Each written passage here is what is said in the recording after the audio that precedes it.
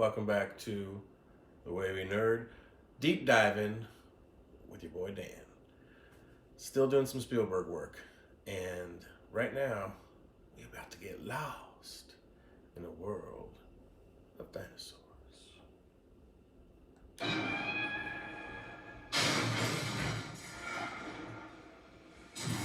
Mommy's very angry.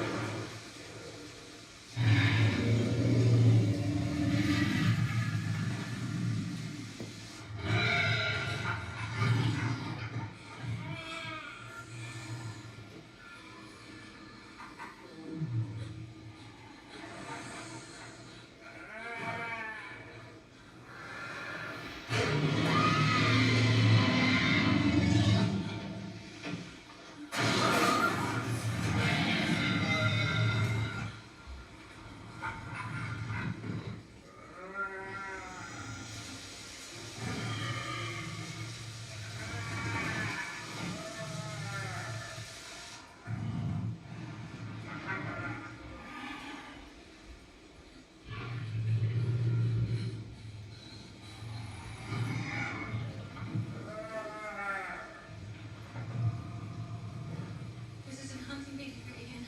Not hunting. They're searching. They came to their infant. Let's not disappoint them.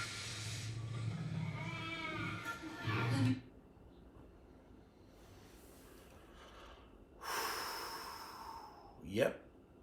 Steven Spielberg made another sequel. He didn't do that very often.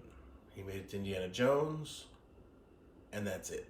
People asked him to do Jaws. Oh, although he did have a good idea for Jaws, but we'll talk about that when we get to Jaws. They wanted one for E.T. Nope. They wanted one for Close Encounters of the Third Kind. Nope. But he wanted to play with dinosaurs some more. So he went back to the world of Jurassic Park. Now, obviously, The Lost World Jurassic Park is nowhere near as brilliant as the original. The original is an all-timer on top 100 lists, on top 25 lists, on top 10 lists, in various genres and categories, including just overall movie in general. Jurassic Park is considered one of the greatest movies of all time. I consider one of the greatest movies of all time. It's in my top 10, and we will get to my top 10 someday. But Jurassic Park is... you can't compare anything to it. Anything that comes after it, anything like it, will never be able to compare. They might make movies just as good as it, but nothing will ever be better than Jurassic Park as far as just pure entertainment and adventure and imagination. But The Lost World was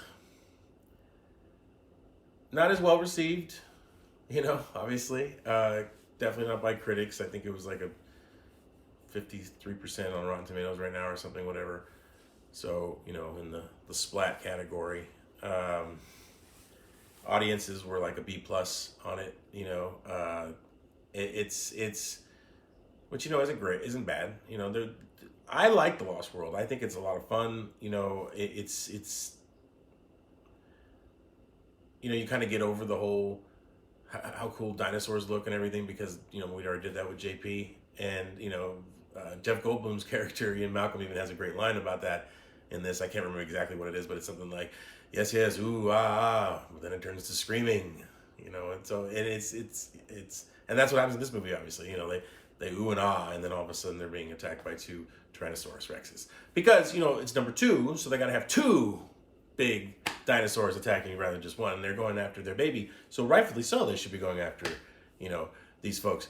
Lost World also sports a fantastic cast, just like the original does. The only original that came back in this was Ian Malcolm. Oh, and Mr. Sir Attenborough. He came back to play John Hammond for 1 or 2 scenes in the beginning. But he was already advanced in age, and he didn't get around as much as he did 5 years previous when they filmed JP. 4 years, 4 or 5 years. Anyway, actually the two kids came back too. Lex and Timmy. They came back for one scene as well to say hi to Malcolm. Both very much grown up from the first one, but still kids. And that was kind of a fun little moment. But they added Julianne Moore, Oscar winner. I think she's won. Oscar winner Julianne Moore, definitely nominee. They added Vince Vaughn, and at the time, Vince Vaughn was kind of becoming one of the hottest young talents in Hollywood. He had done, I think, Swingers at this point, and maybe a couple other movies. He was in Rudy, a very small part in Rudy, but he was in Rudy. But this kind of sent him into the stratosphere, and when he started doing, I remember when other movies came out around this time, right after it, people kept saying, "Hey, it's the Lost World guy. It's the Lost World guy." Like he was like, Vince became known as that. Let's get out that Universal thing. That's too bright. Oh, let's go start the movie. So anyway, yeah. So if you haven't seen The Lost World, I highly recommend checking it out. I don't think there's very many people out there that haven't seen it, that wanted to see it, because if you wanted to see it, you would have seen it by now. But at the same time, if you haven't seen it in a very long time, check it out. Like, you might have a good time, because your expectations are going to be a lot lower now than they were when you first saw it, even if you saw it, after it came out in theaters. I really loved it when it first came out in theaters, like a lot. Like, not as much as obviously the first one still, but it was up there. Over time, I started to understand why people were not as into it as I was. But at the same time, like I really, really enjoy it, and it gets better with time, in my opinion. Because I think it's better than the Jurassic World sequels. Even though I do like the third one a lot. I know a lot of people don't like Dominion, but I liked it a lot. It's probably on par with the first Jurassic World, and it's a little bit better than Jurassic Park 3, although that one's grown on me too. So I'm just a big fan of the Jurassic series in general, as you can see, because I do own it on 4K Blu-ray, and I'm telling you, disc is just so much better. I mean, just look at how cool this presentation is, rather than just having it like on the screen. Actually, this doesn't have a booklet. Never mind. Well, yeah, it does. No, it doesn't. Never mind. But a bunch of bonus features.